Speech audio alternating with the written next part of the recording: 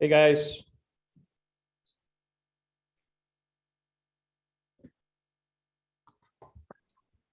Can you hear us okay? Yes, can hear you. Yeah, we had a little bit of a delay. As Murphy's Law would have it, our main computer crashed. Very good. So let's just hang tight a little bit. The participants are coming in. So I'm going to be manning the boards here. Let's see what attendees we've got going in. So Sean, where are you calling in from, by the way? You out in the UK? I'm the UK, yes. UK of England. Hey, Craig, how about yourself? You out in the UK? I am just outside London. So I think we've got a kind of transatlantic webinar going on right now, right? We do. I don't know if you heard, but we did have a little bit of technical difficulties. We're in our studio for the first time in a long time, and the computer we normally use just. But we will figure it out. So live demos. Yeah, exactly. So before we start, though, I'm seeing some attendees showing up. We're going to give it a couple minutes before we really get going. So I see like Ellen Boyd, Alvaro Ramirez, Angela Cabrera, Benjamin Mukoru. So guys, if I say your name wrong, I'm sorry.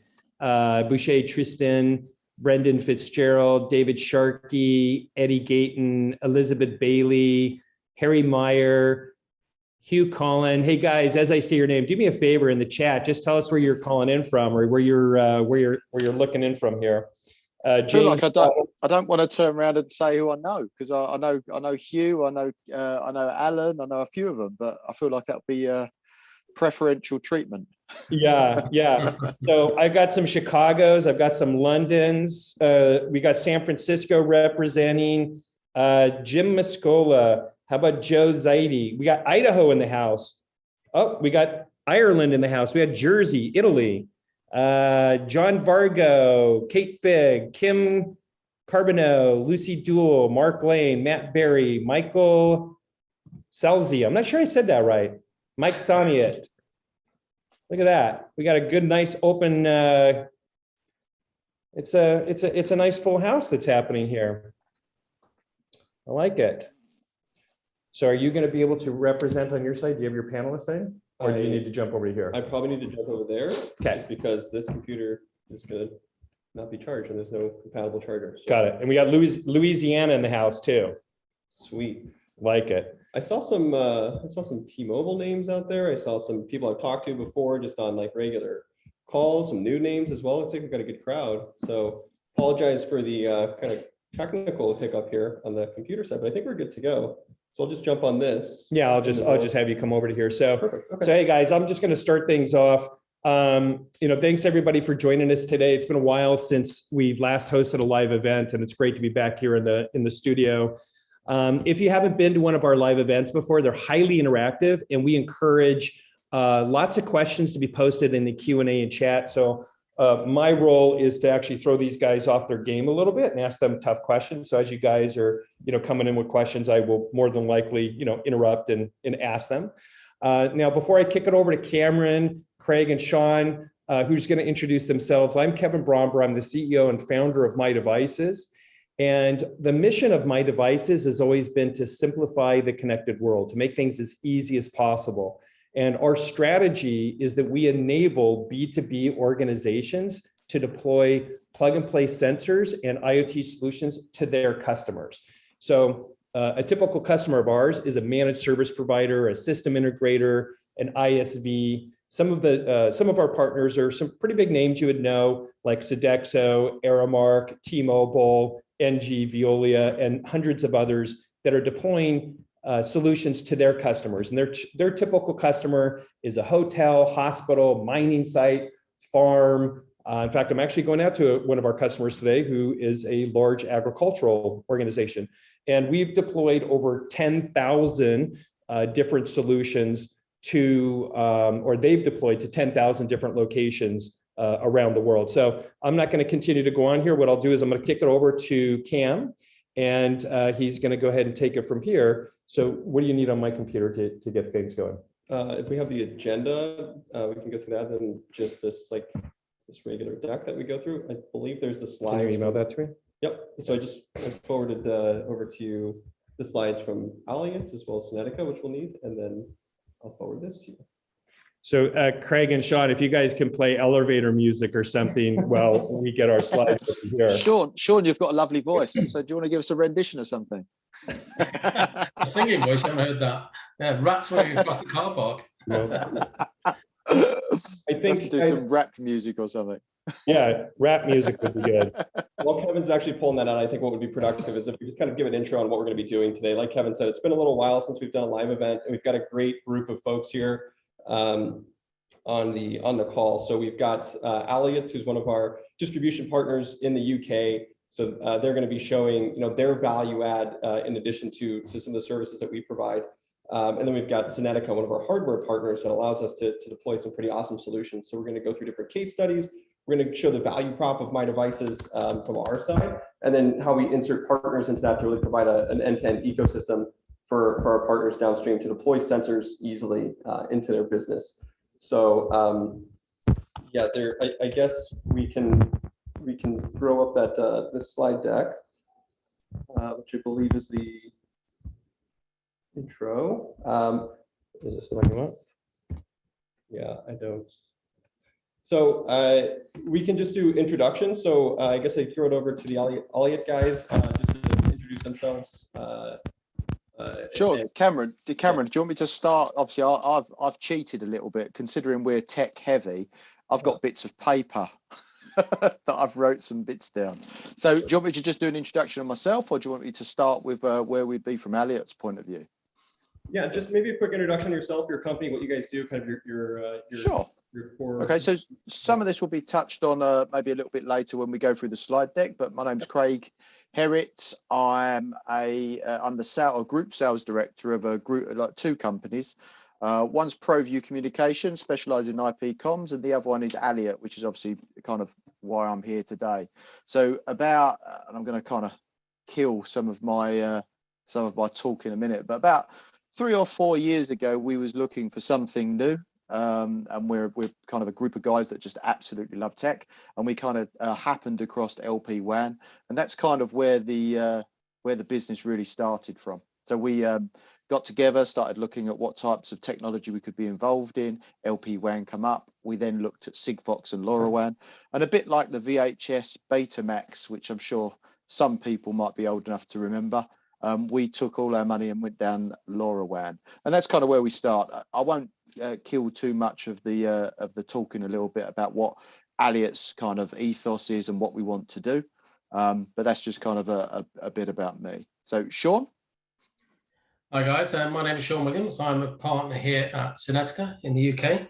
So we've been going since 2008, and during much of that time we've specialised in energy monitoring, energy management, interface into building management systems, and then for the past 5-6 years, we've been designing and manufacturing a range of LoRaWAN devices for many applications. So things like asset monitoring, things like airflow monitoring, that kind of stuff, energy monitoring, and also air quality monitoring, which is what we're going to be focusing on much of today. So that's me in a nutshell. So Cam and Kevin, have we managed to get the slides ready, or well, we're struggling a little? We're gonna start with a video real quick, and then we're gonna kick it over to the slides and get the show going. Okay, cool. So here we go. So guys, yeah, this will just be a quick 3-minute video just to kind of set the stage for what we're going to be talking about today.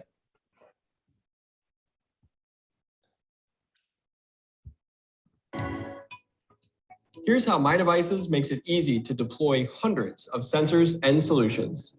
Here are a few of the myDevices gateways. They can connect with sensors within thousands of feet indoors or miles outdoors. myDevices offers a library of over 400 different solutions and sensors that are all pre-programmed and pre-configured to work without any additional effort. I'm going to say that again. myDevices offers over 400 different sensors and solutions that are all pre-programmed and pre-configured to work without any additional effort. By using the myDevices app, you have the ability to leverage our powerful set of features. You can manage multiple locations, select a specific location to see the sensor data associated with that location, select a specific device to view historical data based on that sensor, set alert thresholds based on the device data. Set an unlimited list of contacts to receive alerts via text and/or email. Set alert rules like don't alert me during certain times or change the alert conditions at certain times. Use our sensor mapping tool to visualize data on a floor map. Add corrective action notes to devices in alert state. Add an unlimited list of contacts with different user permissions like can view, can edit, or admin.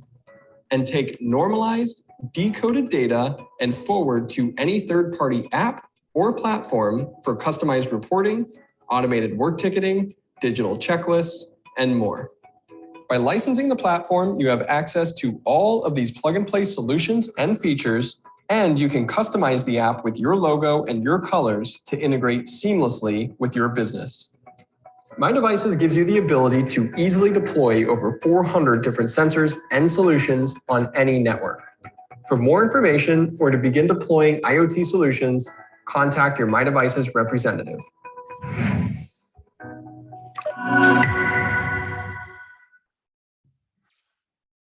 All right. Cool. Okay, so we're going to just jump in now. So we kind of went backwards. So we did the intro of guys from Alliot, and then we had Synetica on the phone. We just showed that overview video. So what we'll do now is I'm actually going to share. You can see your screen, Kevin, and jump into one screen here. Perfect. You're on. Perfect. Okay, so I can just move this out of the way. So we'll pull up these slides here. Sorry, guys. So Cam's going to be doing a little bit of background on myDevices, and then we're going to kick it over to Alliot and on to Sean as well. Yep. And in the meantime,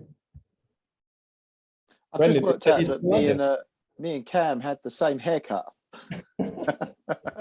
I used to have the same haircut, and I'm just kind of growing mine out. Yeah.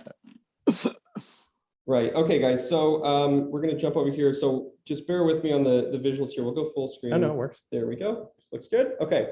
So guys, just a quick background on myDevices and some of the services we provide. And like Kevin said, then we'll transition into our partners that are on the call as well. And you can kind of see how everything molds together to make really a seamless go-to-market solution for sensors and IoT. So myDevices, founded in 2013, launched our product in 2015, headquartered here in Southern California.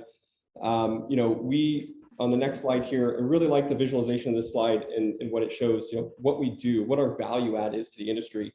And when you look at IoT and when you look at sensors, and I'll pause for a sec, guys, throw questions in the chat as we go. As you can see, Kevin's over here manning the chat. So load them up with questions, and that way we can drive this conversation where you want it to go. But when we look at IoT and we look at sensor solutions and deployments, we see a lot of friction in a consistent part of the life cycle. And that is really the disparity of the industry. What that means is from end to end, when you look to deploy sensors for any solution, whether it's air quality, like we're going to talk about today, or maybe it's people counting or occupancy, leak detection, temperature monitoring, whatever it is, there is this life cycle that requires you to start by acquiring a sensor. Let's say you need to find the right sensor. And when you look at the sensors for, let's say, air quality, there might be 15, 20, 30 different manufacturers out there that say they make the best air quality sensor for all of these different reasons. So if you're on your own trying to find the appropriate sensor, you might go out and Google and search and talk to hundreds of people and then order sample units to start testing those. Well, once you get those sample units, you realize, okay, I need a gateway. I need something for this device to communicate to. Maybe it's not a gateway, maybe it's cellular or whatever it is. And then you go through that process again to find the appropriate gateway. And then now you've got that set up and you might need a LoRa network server. You need a platform to visualize the data. You need to decode the payload of the data to look normal. So you can actually see temperature data as temperature, not some other value. You might need to integrate that data and on and on and on. So what we do is we unblock that entire process and give you one source, one point of contact for all of those different systems and services. And in fact, if I go onto our website really quickly here, if you guys haven't seen this already, we've got our library listed here of thousands of different sensors from different manufacturers all over the world to provide all kinds of different solutions. So we allow you to have one source to mix and match from thousands of different sensors and instantly integrate that into your existing services, existing solutions, and deploy IoT solutions seamlessly and easily. So if I can get back to our thing here. So here we go. Sorry. Okay, so how do we do that? So if you look at this slide here, And we'll kind of flip through all the different services. So we've got our what we call our sensor app, right? So the ability to mix and match from thousands of different sensors, scan a QR code, and instantly visualize the data. And about 90% of our partners might use that just to see data at first, just to visualize something, get some data, and maybe it's a proof of concept. We need to scan an air quality sensor, visualize that data, put it out there, and just prove that it works. And the data we get is actually what we want. As we scale out, you need tools like a backend console to do device management, LoRa network server management, firmware updates, customer management, and all of that. Integrations, you might need to take that data and integrate it into a building management system, a work ticketing system, CMMS, BMS, OMS, whatever it is. The problem with that today, similar to the problem. What's an OMS? Operations management. Oh. You could put any letter and then MS and it's something. So I didn't know that. I just learned that today. Okay, go on. Sorry. But at the end of the day, when you route data through integrations, a big challenge that people run into is actually managing different APIs from different manufacturers. Yeah. So every single sensor has their own payload format, their own API, their own SDK. That's another TLA. I know that one. Okay. Yeah. So you take all of this data from the different sensors, and instead of integrating it one at a time, what we allow you to do is just scan a QR code, it flows into a single place, and you build an integration with just the myDevices API. And now your platform, your system, your service is compatible with thousands of sensors. And then there's the store and logistics piece. And this is where we're actually going to transition into the Alliot group, because when we look at store and logistics, this is a huge, huge piece that's often overlooked. A lot of people get to the point where they do a proof of concept, they deploy 2-3 sensors, and now they're looking to scale to hundreds to thousands. And the logistics piece is where they get stuck. How do we provision all these devices? How do we ship them? How do we label them? How do we put them in boxes? So that value add on the distribution and logistics side is something that we can do domestically here in the US, but we look to partners like Alliot out in the UK, who's done a phenomenal job of aggregating the sensors in a similar way we have. But when you combine our enablement technology with their services and logistics, now you've got this full turnkey solution, which they're providing the logistics piece on for our UK and really throughout Europe for our distribution, our deployment and logistics services, so that we can reach partners worldwide. It's interesting, I think we're in this world of SaaS and PaaS, and people forget about IoT actually having physical sensors and actually have to physically go and install them, or to physically source and procure them, or to prepare them.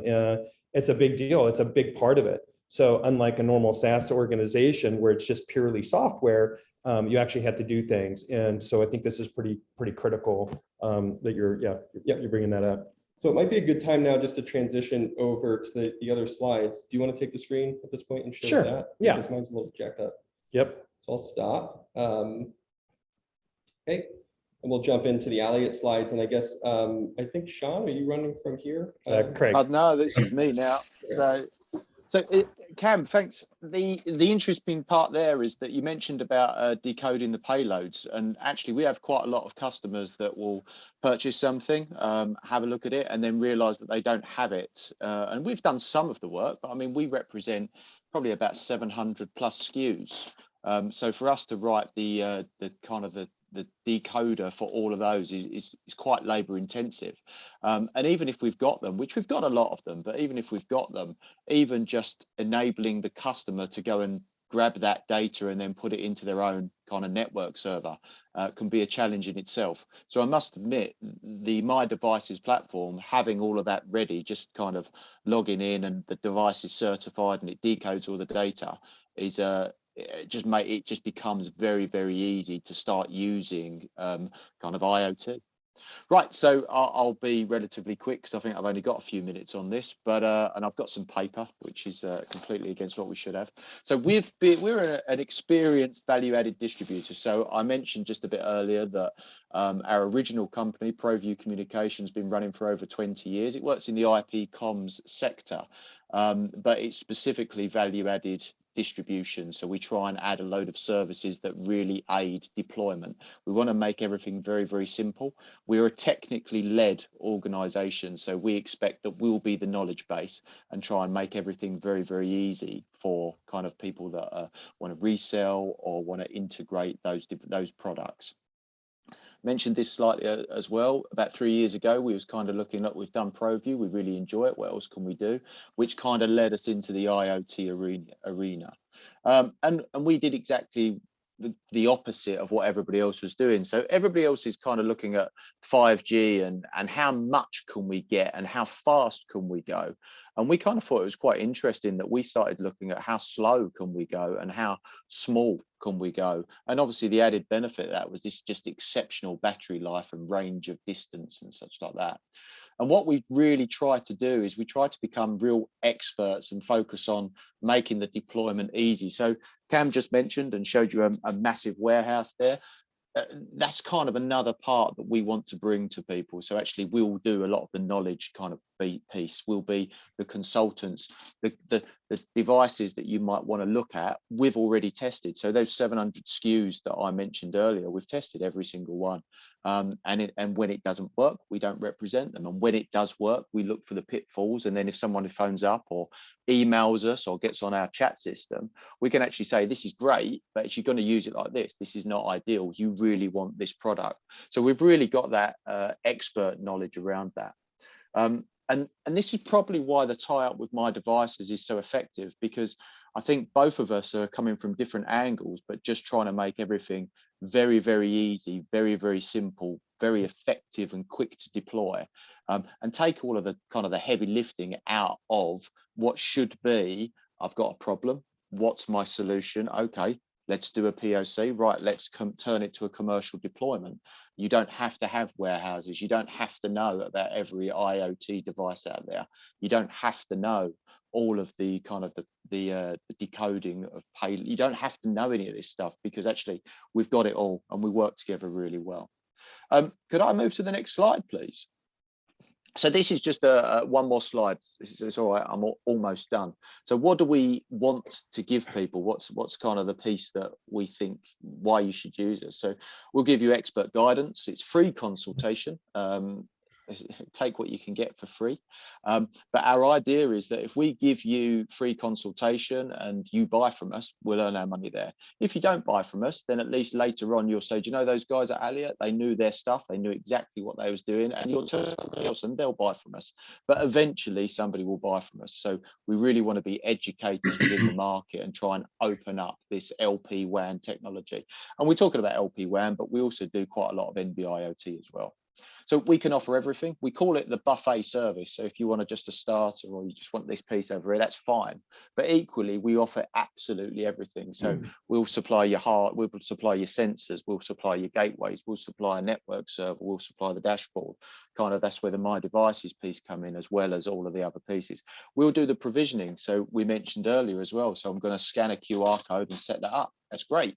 But if you've got 10,000 devices or 20,000 devices, I'm pretty sure you don't want to be standing there scanning 20, 30,000 devices. So actually, we can do that as a bulk upload using our systems that we built ourselves.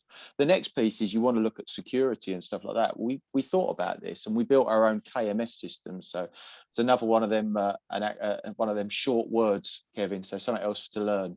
So yeah. It's just a key management system. So we can actually keep your non-sequential unique keys secure and so they can't be hacked. So that's kind of something else that we do. So we try and think about all of this stuff. We mentioned it earlier, we manage your deployment. So I've got a lot of customers that come to us and say, right, I want to do this X amount of million or hundreds of £1,000s worth of deployment, which is thousands or tens of thousands or hundreds of thousands of sensors. But clearly, I'm not going to be able to do that all at once. So what we'll do is we'll say, okay, well, let's break it down. How many sites, surveys, kind of tranches do you want? And then what we do is we schedule each area so that actually it arrives on site, it arrives at the right place, it arrives provisioned. So actually, it's really de-skilled. So you can turn up and just kind of unstick the back of it and stick it to the place that we've said it should go and walk away. So your deployment time drastically reduces. And actually, you don't have to worry about the logistical side of it because that's what we do. Just referring back to my paper. And then we've got some other services which you would probably expect. So we've mentioned the provisioning, but we do branded dispatch. So if it's going to arrive at your customer site, you don't want myDevices written on it or Alliot written on it. You want your name on it. So obviously when they open the box, it says your name. We do network management. So we do the remote support for you as well. And we do a whole host of other things, including kind of putting stickers on the top of them to say, right, oh, actually, this is air quality sensor number 1. one, and then obviously on your map you can allocate that one goes there and two goes over there, and etc., etc. And we've been doing that for years and years for ProView, and that seems to be kind of that bespoke type of deployment becomes real key for kind of making deployment really easy. And then probably the final piece that I think is arguably the most important. So we'll kind of help you at the front end before you've paid us, but then even after you've paid us, you get support from us as well. Although we are kind of part of that supply chain, we really see ourselves as a partner. So it might go 3 months down the line, 2 years down the line. You'll phone us up and say, actually, something's happened and I'm not sure what. And then what we'll do is we will remotely log into the back end, have a look and say, do you know what, the RSI has really dropped, and it dropped immediately on this date. Okay, it could be this, it could be that. Have you put any racking up? And maybe someone's put racking in front of the area, in which case the radio signal's dropped, and that's your reason. And then we can say, right, well, okay, you might want to move it here, or can you remove the racking? But we're there for you to support.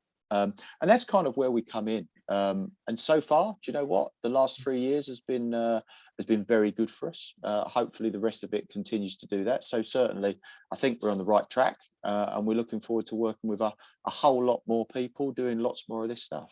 And that's my 2 minutes over.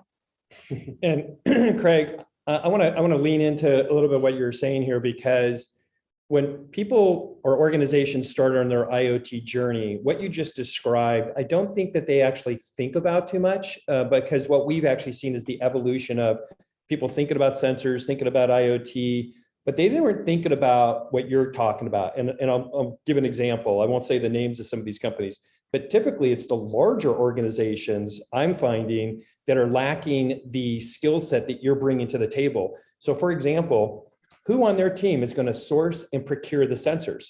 Where are they going to physically put them in their office? Who's the person who's actually going to provision them? Who's going to schedule the install? Normally, they don't have these types of individuals on staff. So they can either choose to go get 10 people hired, or they could utilize your services.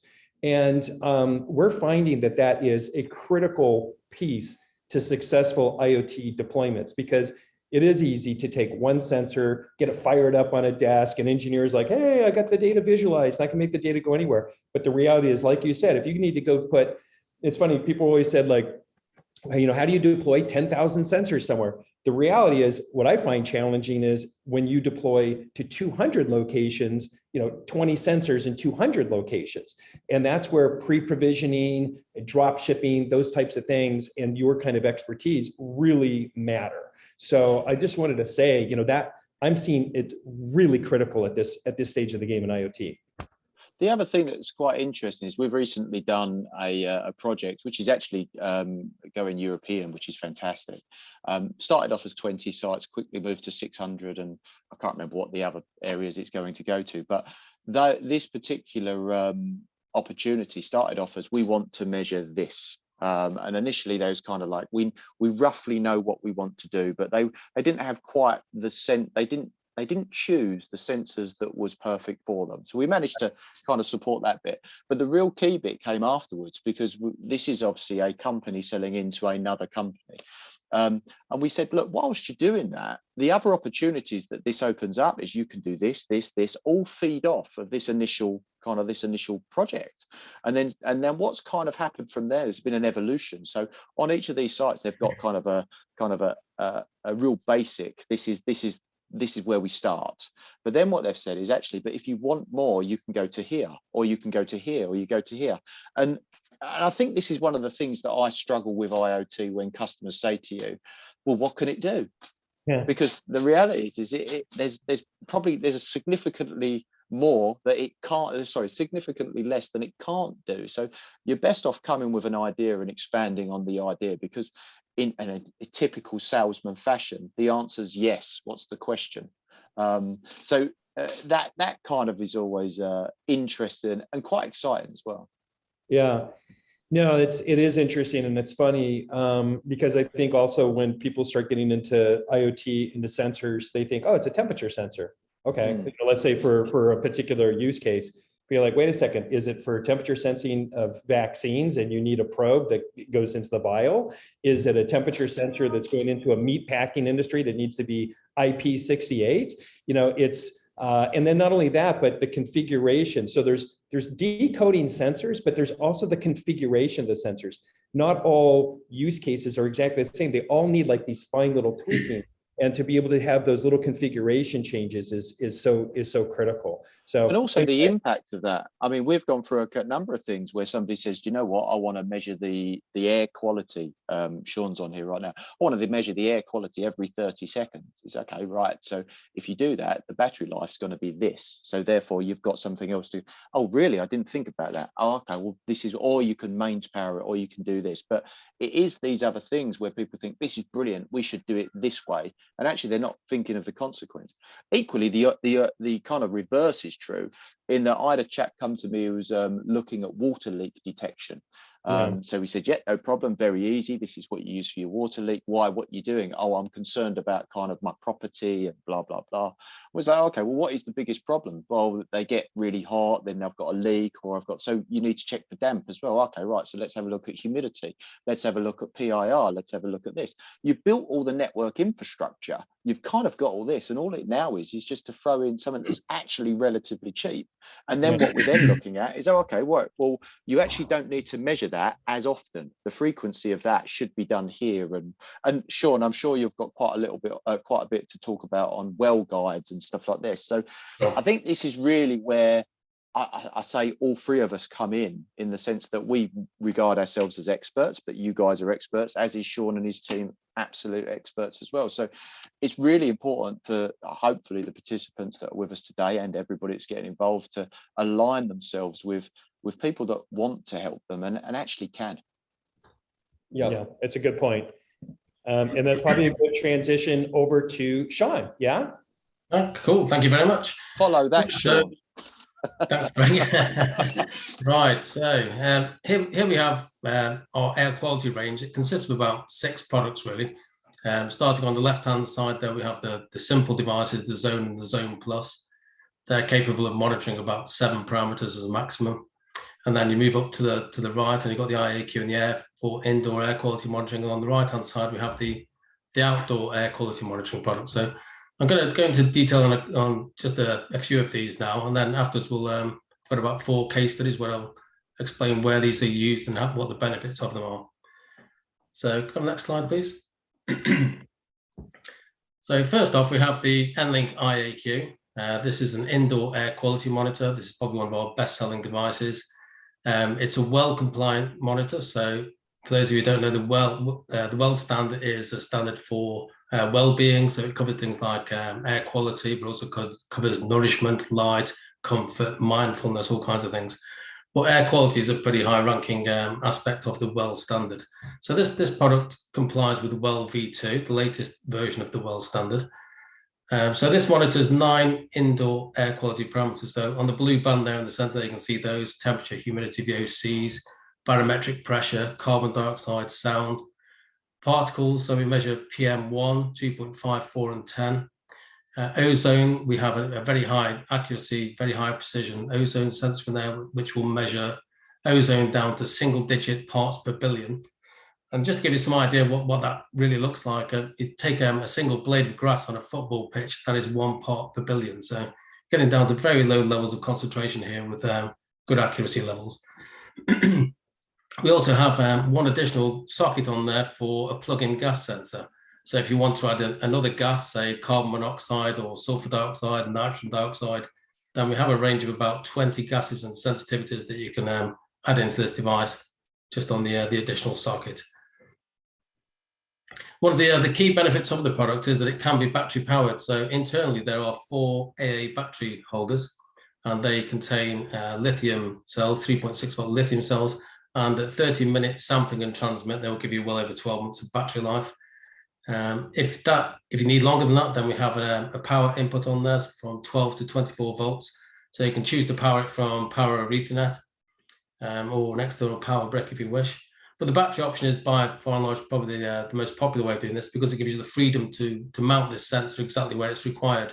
So again, getting back to the well standard, that stipulates that you've got to be able to locate this, away from corners of a building, away from drafts, away from ventilation, and away from windows. So this gives you the battery power, gives you the freedom to locate it on a pillar or a wall, exactly where you need to sense the air quality accurately. So if you go to like Wellston, they will send an assessor around and make sure that it complies with all these location aspects and accuracy requirements. Things like in terms of lifespan, most of the sensors on the left-hand side of that band are long life sensors. They'll last for 5-10 years, no problem at all. Even the carbon dioxide sensor is a non-dispersive infrared device, which has an automatic baseline correction algorithm. So provided it is exposed to fresh air once in a 7-day period, then it will automatically correct and trim out any offsets automatically. So they're long life sensors. Particle sensors are long life sensor. Ozone and additional gases typically are depleting sensors, and we recommend they are changed every 2 years, 3 years. The plug-in modules, so you can just plug in used calibrated modules when they reach the end of their useful life. Next slide, please. So that's the IAQ. So Sean, just a quick question before we move on. Yeah, sure. So the O3 and the additional gases, when you say those can be changed out, so what do? You open this up and you can just pop these in, you can put in some new ones. Is that how that works? They're on sockets, yeah, so you can plug new ones of those in. We also offer a swap out program for these if you wish. If you don't want to start opening the units up and changing things, if you're concerned about static and all that kind of stuff, then we offer a swap out service where we'll send you a number of units, exchange those, send you the ones back, we'll refurbish them, make sure they're all calibrated correctly and send them out as replacements. Gotcha. And then where is this sensor available in the world? Is it just over in EU, or is it available in other territories as well? So right now it's in EU 868 and US 915 frequencies. Great. Okay. We could do others, we just haven't yet. But if you have people in other regions of the world that are interested, then we'll certainly look at adding those frequency plans to it. Sounds good. Let me move to the next one for you. Okay, so this is the NLink Air, kind of the big brother of the IAQ, really. It's another well-compliant indoor air quality monitor. Key differentiators on this one really are that it cannot be battery powered. It is powered only because it contains up to 14 parameters, this one. And a lot of these are quite power hungry, so we cannot battery power this easily. So in addition to the IAQ, you get oxygen and light level monitoring. And you also get some plug-in gas sensor modules, which we'll have a look at on the next slide. But that gives you the capability to expand this unit and add particular gases to suit your individual sensing requirements. It has an active sampling fan as well, so it's drawing air in through the unit. So these are typically powered from power over Ethernet or external power bricks. And I've got a case study a bit later on where we show you where these have been deployed. So next slide, please, which is, so we have these 4 plug-in gas sensor sockets. And we have lots of different options. Listed a few of them there, but if you have other gases that you want to monitor or particular sensitivities or ranges that you're interested in, then please speak to us and we can go out and find a solution for those as well. So if we move on to the next slide, please. This is the NLink OAQ. So this is an outdoor air quality monitor, very similar in terms of parameters and specification to the IAQ device. So you see the blue band there's got pretty much the same parameters. The difference is it's an outdoor unit, so the electronics are conformally coated to protect them against environmental conditions. And again, this device can be battery or externally powered. So if you put the 4 AA lithium cells in there, you'll get over 12 months of battery life. So very easy to deploy. If you want maintenance-free long life operation, then you can externally power it, even from solar if you wish. Hey, Sean, Alan Boyd did have a question. He was asking to clarify, can end users chain the sensors themselves, or do you have to return the whole device back to the factory on the gas ones? I think it'd be reasonably competent. It's not a difficult thing to exchange. Just take 2 screws out and it's on a socket. So it's not a difficult thing to replace. So yes, it can be user exchanged. Okay. And then Ronan Cooney was asking for the well standard, do all sensors need to be calibrated annually? And how is it done in reality if it's attached to a wall? Good question. Yeah, so the well standard does call for annual calibration. In actual fact, a lot of these sensors do not, the semiconductor devices, things like the CO2 sensor, they're going to maintain accuracy for many, many years without any intervention. So although the standard does call for it, in reality, they just need a verification exercise, really. Sort of a sanity check, which can even be done remotely for most of these, particularly when you've got many devices deployed. You can see correlation between the devices. So you can see when things start to drift. But certainly for the ozone and the gas sensors, then yes, they do require replacement. Interesting. Okay, didn't realize that. 2 things I learned today. Yeah, thank you for doing this webinar for me, guys. I appreciate it.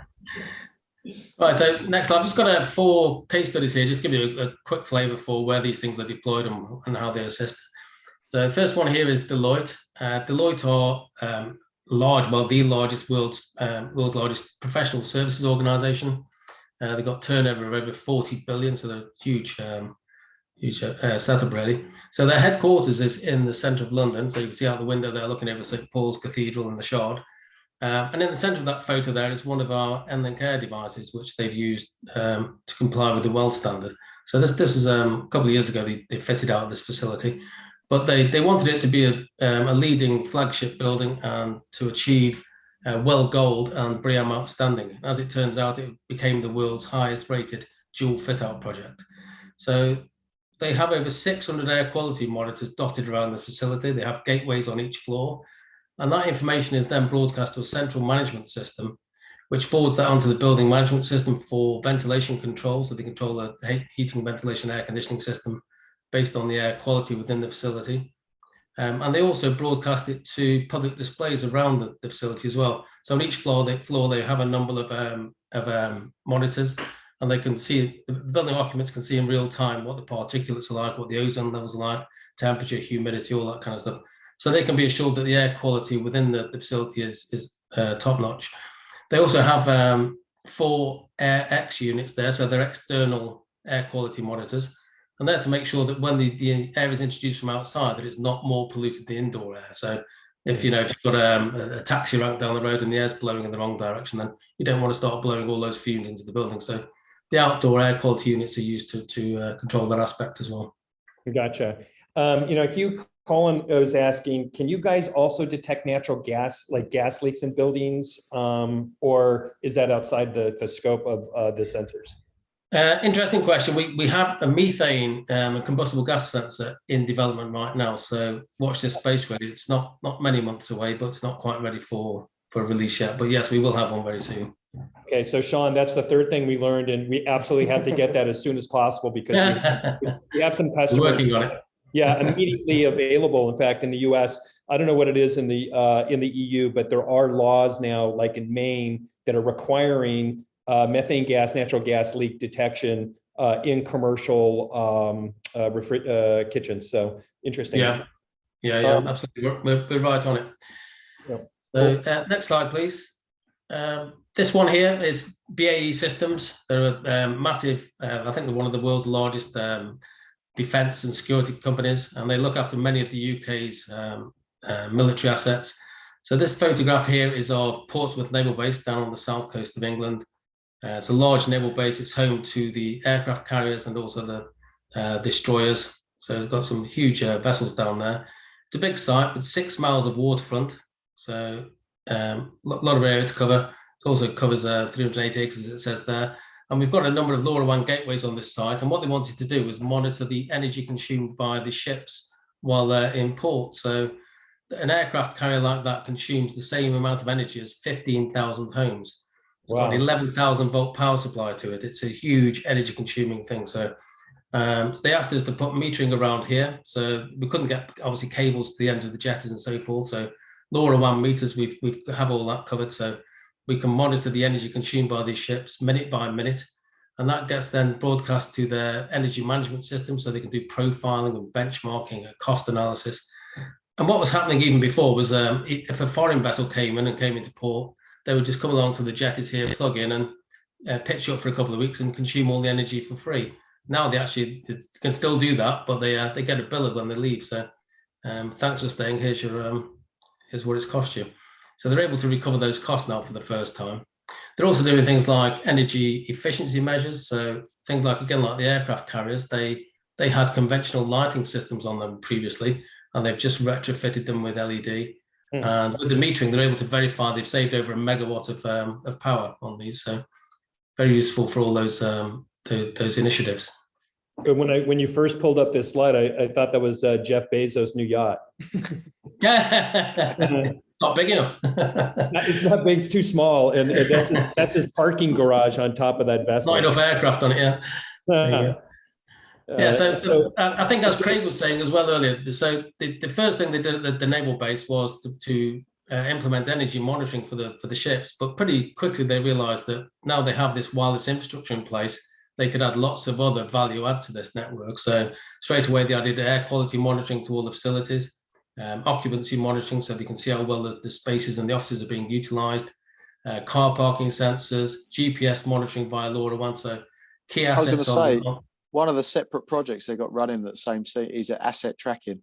So that they're, I'm not going to say exactly what it's for, but they're tracking a load of individual pieces of stuff. So yeah, it's quite cool. That is cool. Yeah, and even sort of things like cycle rack monitoring and that kind of stuff. So trying to promote people to move around the base in a more carbon friendly way.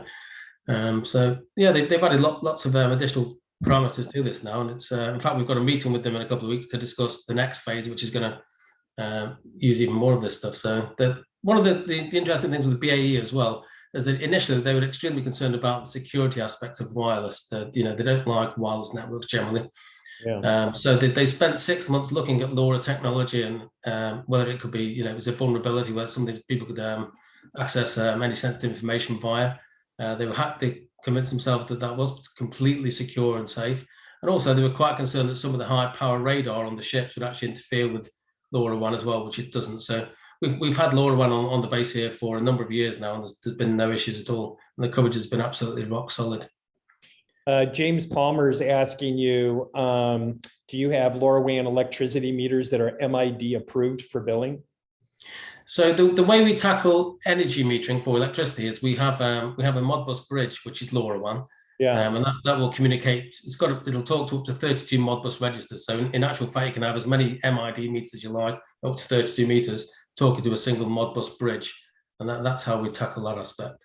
Yeah, we're huge fans of Modbus because, like you said, you can kind of take off-the-shelf sensors that are tried and true out there for years and typically just tap right into them. So that's pretty huge. I love that. James also asked a question a minute ago on the previous slide for Deloitte about how does it integrate with the BMS system. So I know there's other products out there, but do you know that off the top of your head, Sean? They actually, the data goes from the LoRa gateway straight into Iconics. Oh, okay. So if people are familiar with Iconics, then Iconics then has APIs and interfaces into the BMS, so they push the data out that way.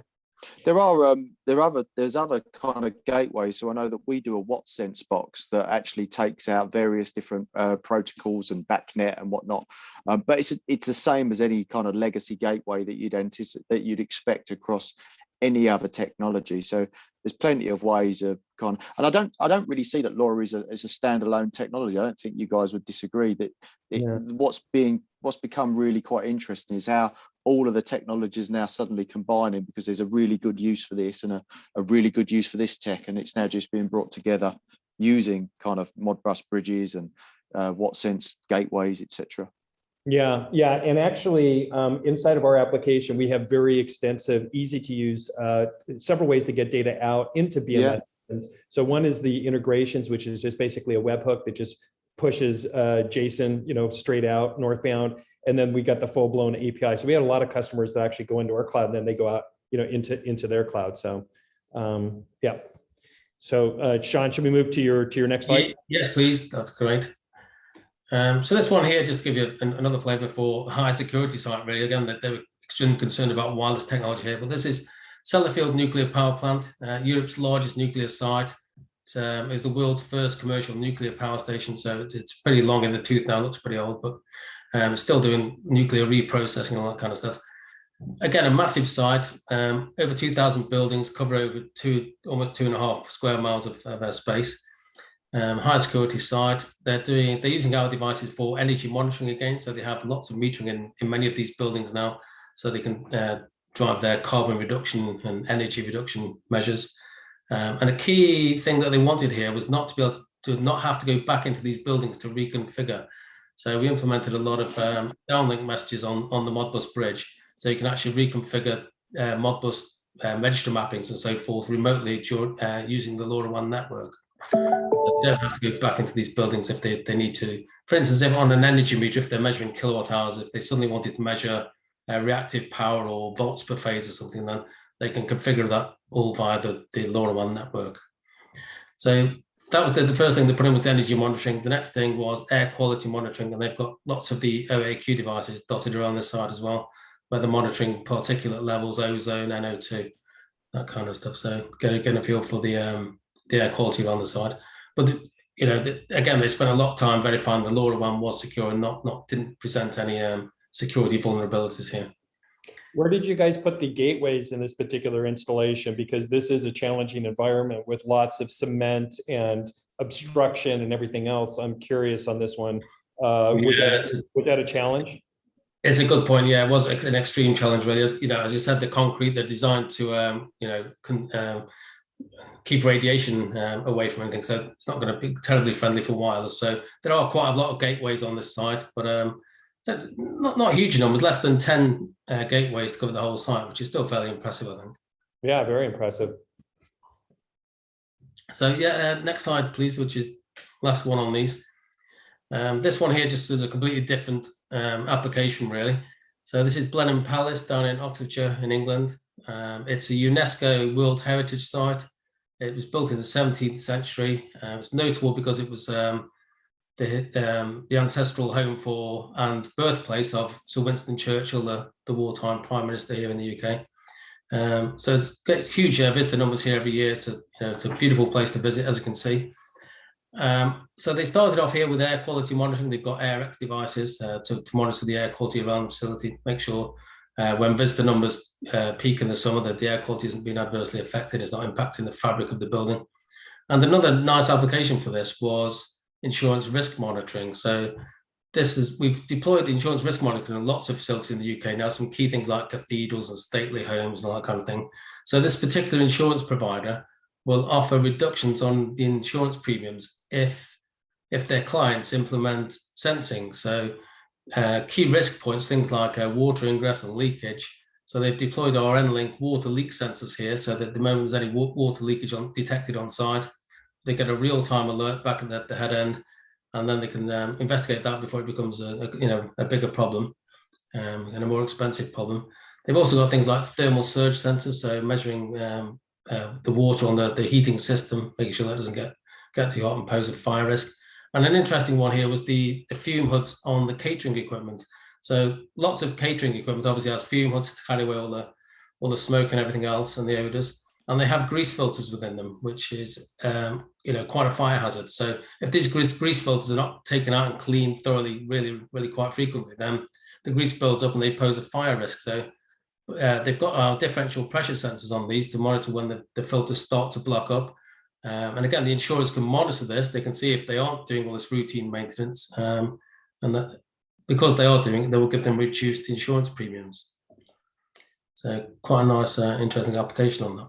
Again, what they did after that, they also started implementing the LoRaWAN on their lighting to measure the usage of Christmas lights they was doing as well. But that happened after the initial setup, again because they had the infrastructure there, so they started looking at other things to use it. It's this is all kind of cool, where it starts off as one thing and just kind of evolves into something much bigger. Oh, they're right, yeah. Yeah. And once again, I don't know if you guys realize this, but that is Jeff Bezos' house. Yeah, his yacht's parked over the back. This was it's really good information that's sharing, and I think what you can see is our typical customers, and I think we all share the same typical customer. We have managed service providers, system integrators. They have the customers. They're the ones who have the shipyards. A lot of them have the hospitals, the hotels, the mining sites, that kind of thing. And what do? They market, they sell, and they can support those organizations. And they actually make the lion's share of the money. And they should, because they have that relationship. So what we're doing is we're enabling them, right? So Sean's got these, beautiful hardware, Alliot with Craig, he's providing this value added distribution, and then myDevices, with our platform. And it's the combination, I think, that's really useful for organizations now to go and sell to their customers. There's nothing that holds them back from going and selling a solution to their end customer. Let me see if there's any other questions that were in here, or if there's anything else that you guys wanted to bring up. Yeah, I think to kind of Go ahead. I was just going to say, I've got one thing that's not actually come up, but it probably would do at some point. So obviously the myDevices platform is certified on a huge amount of sensors. But one of the things that probably these guys, or most people, won't be aware of is it doesn't take you guys long to certify anything that's not on there. So again, kind of just taking away the complexity of resellers and integrators, etc. If there's anything that you want that is not on the myDevices platform, it's dead easy for kind of us, I say us three, but us three entities essentially to get together and get that certified. So you can look at something and think, actually, I like this, I like the idea of it, but I want it on the myDevices platform. It's not a problem. Yeah, it takes about 30 minutes. Yeah, I think, and that's where kind of we tie everything together, right? Is you guys, the listeners out there who've been watching this, you have customers coming to you with problems, with projects. You want to bring additional value to them. Maybe you're deploying different kind of services, softwares, and platforms to them today, but maybe it's a little bit confusing to try to figure out, which sensor to use, or to make that sensor work, or to get the data here and there. And at the end of the day, we've come together to provide this partnership where you don't have to worry about that. You come to us with the problem, and the first thing we're going to do is say, hey, here's this Synetica air quality device. Here you go. And all you're going to have to do is scan the QR code, and then you've got the data inside of an app and or a web browser with visualization and all of that. And then you're going to say, okay, yes, this does meet my customer's requirements. It's great. Okay, now let's talk about, can it integrate into the BMS system? Can it integrate into the energy management system or the ERP system, whatever it is. The ZMS. And that's where, inside of our platform, we easily build out those integrations. And now you've got kind of that solution, and then you scale out. So you've got all the experts here that do that kind of heavy lifting in the backbone. So you guys out there can just focus on what's the problem, what's the solution, what's the business model, how are we going to go to market? Yeah, and I got one for you. So Joe is asking, how easy is it to white label the app and the platform? Super easy. Gets done in, at this point, I think a couple of days. And that's only because there's a queue list, right? I mean, it's a really simplified process. There's just, well, let's jump on a call. Let's talk about your project. Let's figure out your go-to-market timeline. We'll get you kind of signed up on that program. And then you'll fill out a questionnaire with your logo, your name, some other info. And then I think within a couple of days, you'll have your white label app. And then we do a kickoff call. And this is where everything we're talking about today gets provided to you, where we talk about what is that project that you're trying to solve for? What are those customers that you're targeting? How can we help? How can we get you to market quicker? And what we've seen is that over a 10x increase in time to market by the services we're providing this group that you see on this call. Not having to do your own research on which sensors are the right sensors, not having to hire engineers to program those sensors and do all of that, just being able to get the sensor, turn it on, and then go. You'll get to market 10 times faster with significantly less cost. So yeah, we can get that set up for you extremely easily. Yep. And so I think we're getting towards the end here. So I want to pull up our call to action. Let me see if I can find this. You guys go ahead and chat among yourselves. Yep. So Rupert Reed, it shouldn't make any difference to any of that because the frequency is so low. My father-in-law is actually a pilot. He runs his own flying school, and we've got some LoRaWAN. Sorry, the question was asked was, do you have any use cases from the aviation sector? We need to confirm the issue of safeguarding compatibility with aircraft comms, avionics, and radar. So my father-in-law's got his own flight school, and we've got some LoRaWAN products in there. But equally, we've also put some LoRaWAN products in the Peter, an airport. Which begins with Peter something, and I forgot what. Peterborough. Yeah, we've done quite a lot of airports throughout the world. We've done a Bermuda airport, Thank you, Pittsburgh, Cape. Sorry, Sean. That's all right. We've also done a Liverpool airport. We've done Cambridge airport. We've done quite a lot of airports all over the world, and there's never been any compatibility with conflict of wireless signals and so forth. Do you have a propane gas tanks? Yes, we do. Give us a shout. It's alliot.co.uk. There's a chat thing. Give us a phone call. Yeah. Right.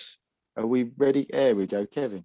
Yeah. And so I just posted this in the chat. If you guys want to get in touch with any of us, please just fill out your first name, last name, company information, and submit your information here. We'll get back in touch with you. But we really appreciate all of you taking time out of your day. Well, there's also something else, isn't there, Kevin, regarding the virtual? I hope I haven't kind of ripped something off of you. Oh, no, bring it on. Bring it on. Yeah, We've created a sensor simulator, so you don't even have to buy the sensors. You can literally go into our application and try out about 700 different sensors, and you can see the data, and you can create alerts, and you can forward it. So it helps you mix and match all these different sensors. So thanks for reminding me about that. I appreciate that. No worries. It's perfect. Try before you buy. Yep. Awesome. Well, I was just going to say one more thing. So Sure. for the people that are still left on, I know we've had a couple of people leave now, but Synetica is probably our largest and most weighted for vendor now. So obviously we've always had component issues and all that recently, but the growth in the request for air quality is huge. So I know there's the big C word in regards to COVID, and CO2 is meant to be a carrier of viral infection, etc. But this area seems to be absolutely huge. So I urge everybody to kind of have a look at the Synetica, have a look at the current customers you've got, and I bet there will be a lot of people that are looking for these types of products. Then combine them with the myDevices, and look, hopefully talk to me. If you don't buy them from me, that's fine, but it'd be nice if you did. But equally, the two guys that are on here, so Synetica devices are absolutely awesome, and they've got some unique products in there that as a distributor we like to look around to see what alternatives there are.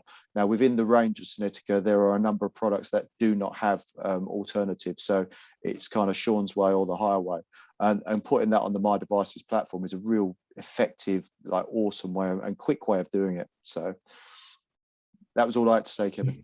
Thank you very much. awesome. John, anything on your side? No, I think the thing is, guys, if you've got any questions at all, please, forward them on via email. We'll do our best to get back to you and give you the answers.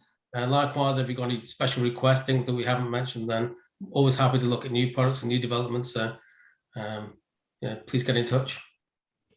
Awesome. Great. Anything? Yeah, I'd say, we put that call to action in the chat. There's just a quick form. I would suggest anybody that's got any projects ongoing, they have questions about, if they want any sensor advice, if they want to kind of get those projects off the ground quicker, fill out that form. We'll jump on a quick call and we'll see what we can do. Fantastic. All right, everyone, enjoy your evening, enjoy your day, and we look forward to talking to you and seeing you on one of these again soon. So thank you very much, Sean and Craig. It was excellent talking with you guys. Sorry about the little delay in the beginning, but I think we ended on the upswing. So, yeah. All right, guys, have a wonderful day. Thanks, guys. Yeah, thanks very much. Have a good day. Take care. Bye-bye. Bye-bye.